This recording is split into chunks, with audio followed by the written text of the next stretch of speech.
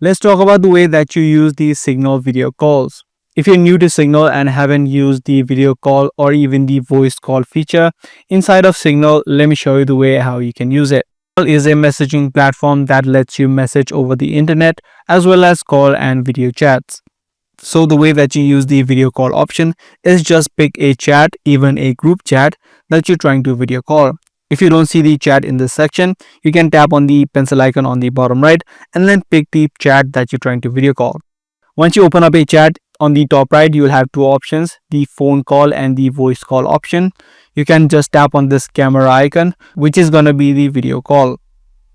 So you can just tap on this option and the video call inside of Signal will start, which will be end-to-end encrypted over the internet. If this is your first time using a video call, you'll need to give access to Signal to your microphone as well as your camera on your phone. So that was the easy process of using the Signal video calls. If this short guide video did help you out, be sure to subscribe and also give this video a thumbs up.